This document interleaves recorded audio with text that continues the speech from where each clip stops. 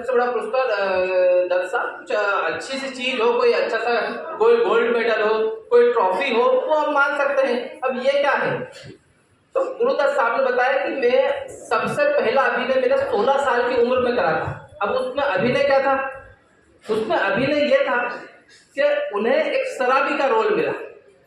एक शराबी का रोल था जो एक गरीब किसान को कर्ज देता था और कर्ज ना लौटाने की स्थिति में वो उसकी नवविवाहित पत्नी को उठाकर ले जाता था।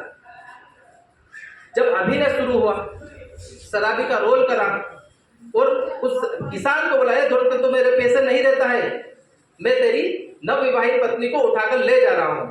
और जैसे ही वो उसकी पत्नी को उठा के ले जाता है, सामने बैठे मास्टर जो प्राचार्य थे, प्रधान आचार्य थे, उन्होंने अपना जूता उठाया और दत्त साहब को, जब छोटे ही थे, उन्हें जूता उठाया, मारा, है तो मेरे सामने तेरी ये जरूरत कि किसी किसान की, किसी गरीब की पत्नी को उठा के ले जा रहे।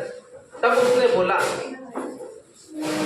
गुरुजी, मेरा अभिनय का ये सबसे बड़ा उपहार जो आपने मुझे दिया है, आप मुझे नहीं पहचान पाए, आप मेरे अभिनय में इतना डूब गए कि इसे ओरिजिनल समझने लगे। ये मेरे लिए सबसे बड़ा उपहार है। जब आप कोई काम करो, जब आपका मन हो तो बुक्स पढ़ो, आपका मन हो तो किताब पढ़ो, आपका मन हो तो मत पढ़ो, लेकिन जब भी पढ़ो उसको इतने मन से पढ़ो, इतने लगन से पढ़ो कि डूब जाओ। तुम्हें यह भी नहीं पता हो कि कोई मुझे आवाज दे रहा है, तुम्हें यह भी नहीं पता हो कि मुझे कुछ काम है, लेकिन जब भी पढ़ो मन लगा के पढ़ो। 15 मिनट पढ़ो, 5 मिनट पढ़ो, 1 घंटा पढ़ो, लेकिन पढ़ो ऐसे ही। क्या होता है, आज के समय में हम 2 मिनट भी बोर नहीं हो पाते। ये सब बड़ों के लिए, बच्चों के पास फोन नहीं होता है। 2 मिनट आप सब बड़े कब बोर हुए, क्योंकि आपके पास, सबके पास फोन है। अगर 5 मिनट तुम्हें वेट करने के लिए कह दिया जाए, आप ऑफिस में आए और मैंने अगर कह दिया कि मैं 5 मिनट रुके, मैं आया अंदर से, आप उस 5 मिनट में फोन निकाल लेते हो। सबसे बड़ी बात है उस 2 मिनट में, अगर मान लीजिए कि आप गाड़ी चला रहे हो 2 मिनट के लिए, कल की बात है, परसों की बात है, मेरी गाड़ी बीच में खड़ी थी, कोई और कार लेके आया, तो उन्होंने, मैंने बोला कि 2 मिनट से मैं कार साइड में कर रहा हूँ। मैंने जैसे कार में गया, कार साइड करी, तब तक अगले ने फोन निकाल लिया। 2 मिनट का वक्त नहीं है हमारे पास कि हम आसपास की प्रकृति को देखें। आसपास की प्रकृति को देखने का 2 मिनट का वक्त नहीं है, हम मोबाइल में लग जाते हैं। जब हमारा दिमाग 1 मिनट भी सोचेगा नहीं तो हम वास्तविक आजाद कब हो पाएंगे।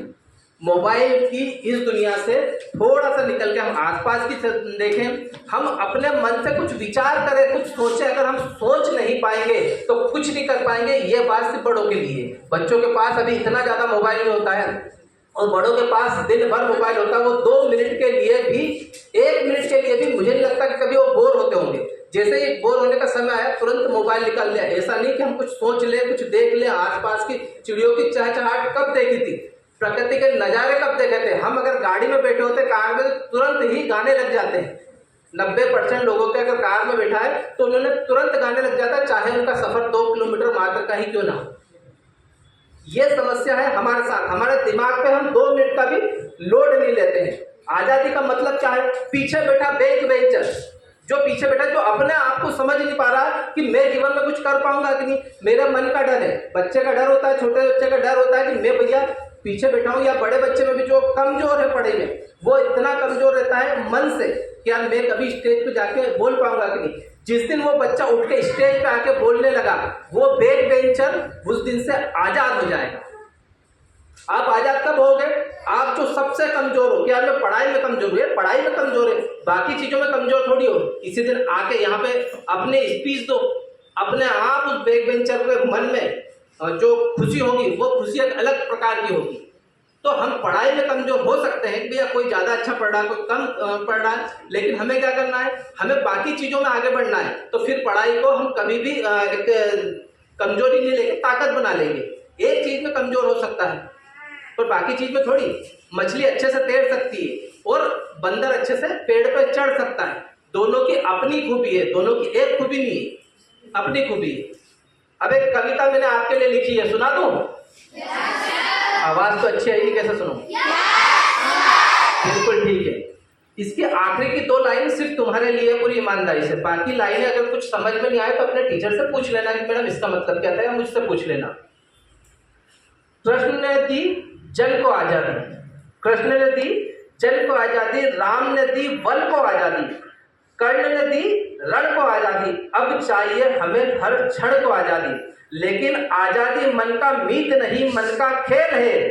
मन से मन मिले तो मिले मन को आजादी, जन से जन मिले तो मिले जन जन को आजादी। आजादी वीरों ने दिला दी हमें गोरे अंग्रेजों से, आजादी वीरों ने दिला दी हमें गोरे अंग्रेजों से, अब आजादी चाहिए हमें ये काले घुसखोरों से। बचाना इस देश को तुम रिश्वत की बीमारी से, बचाना इस देश को तुम रिश्वत की बीमारी से। मेरे बच्चों पढ़ो बढ़ो अफसर बनो, पढ़ो पूरी ईमानदारी से। जनता है लाचार इस अफसर शाही से, जनता है लाचार इस अफसर शाही से। लड़ रहा है देखो आज भी भाई भाई से, आजादी हमको तुम दिलाओ, आजादी हमको तुम दिलाओ मन की इस बेचारी से, आजादी हमको तुम दिलाओ मन की इस बेचारी से। मेरे बच्चों आगे बढ़ो, पढ़ो पूरी ईमानदारी से।